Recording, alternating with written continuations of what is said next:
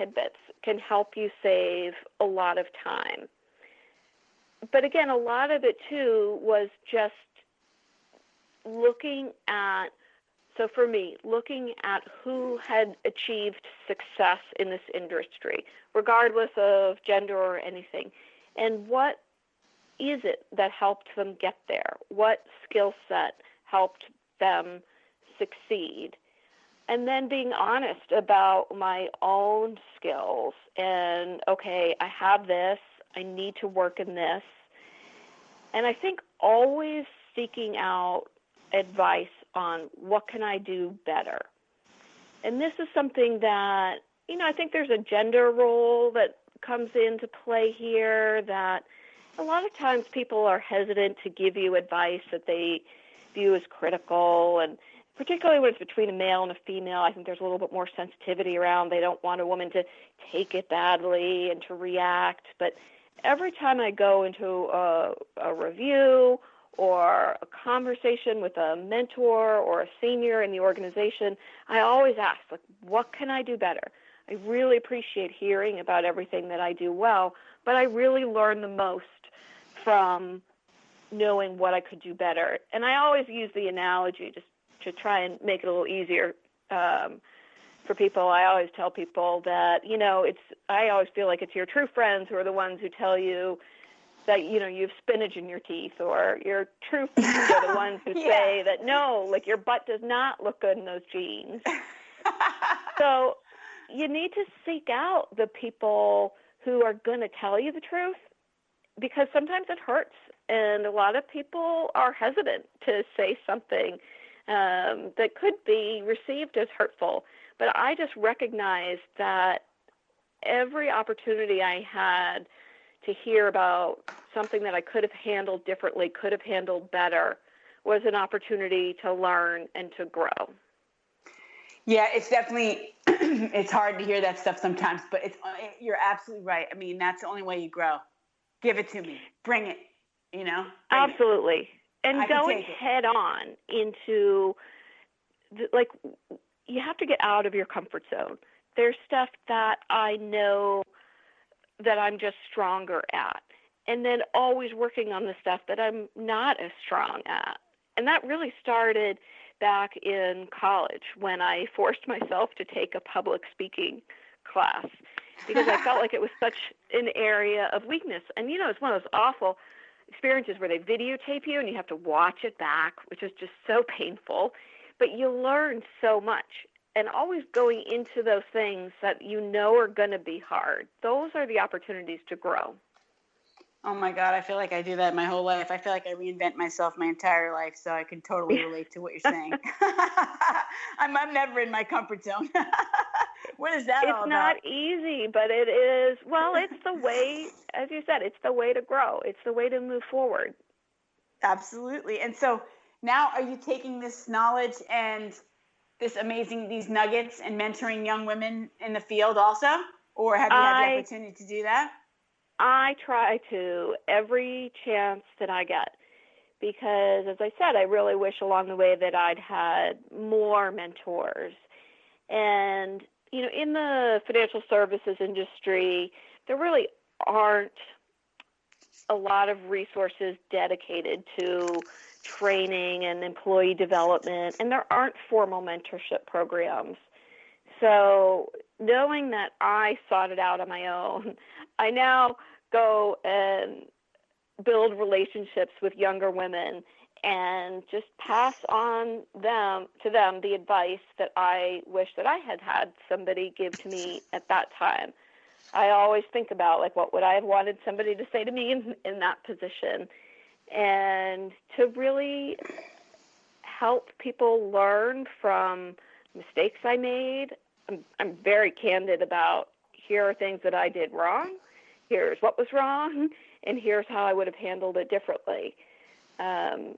And just trying to really, I think the biggest thing that I do is try and tell women to just expand their ideas of what is possible. I had a woman working for me in my office a few years ago, and I could just see she just had all the raw talent.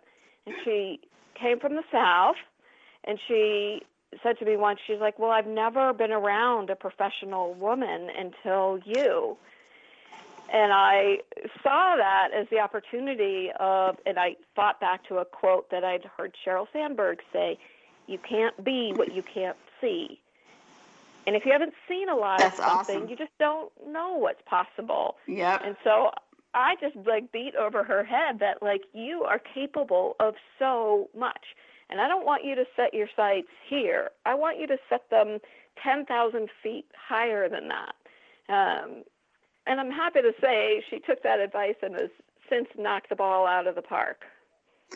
Man, I wish you were my mentor. I wish I had been under there, and I could have gotten so much out of it. It's hard sometimes. Females aren't always receptive to this, so I'm so happy to hear that you're spreading the love. I do try to spread the love, and it is, there were a lot of times I feel like I had no love, and it sucked. I know. And we've all been there, and there are definitely, I think, too, the women who were 10 to 20 years senior to us. It was so much harder for them that often they would act as if they somehow felt resentful because it felt easier to our generation. And you definitely see that going on, and it's not a place where I feel like I want to spend any time. And so I just I try to give people what I wish I had had. Yeah, take the higher road. That's exactly my inspiration for Supergirls. I mean, that's we're so aligned on that. Yeah. Incredible. Yeah, you're great. Woo! Love it. All right, Amy, and I love the fact that, guys, listeners, that we went to the same schools. So we have all these common bonds, that we know all the secrets. Absolutely. So we have to get ready to wrap up. And I always want to know, what is the number one thing that you would, number one piece of advice you would give to your younger sisters? Would it be around expanding their ideas of what is possible, or is there anything else you might say? I think the number one piece of advice would be, and it requires a little explanation, is be true to yourself. Be authentic. Know what makes you happy and what doesn't. Know what you're good at and know what you need to work on. If you don't have that honesty so that you're constantly willing to reflect and grow and improve yourself, you'll get stuck somewhere. So know yourself, be true to yourself. Awesome.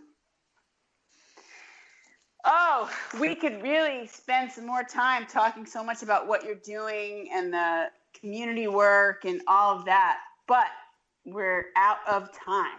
So I will have to have you back for another round if you're open to that.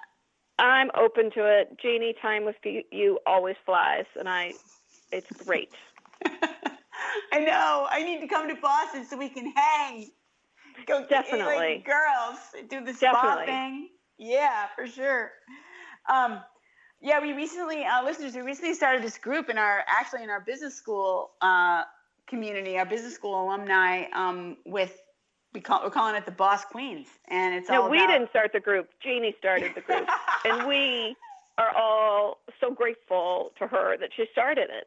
We are so grateful that everyone's engaging because it's super fun. We have similar issues, similar problems, and it's all about the same thing with Supergirls. It's all about the sisterhood and really leaning on each other for support. So I just want to give a shout out to my girl Amy for being part of that. So thank you.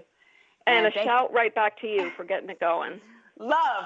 And I want you to now please tell the listeners the best way to get in touch in case they want to have a amazing queen mentor in the financial zone.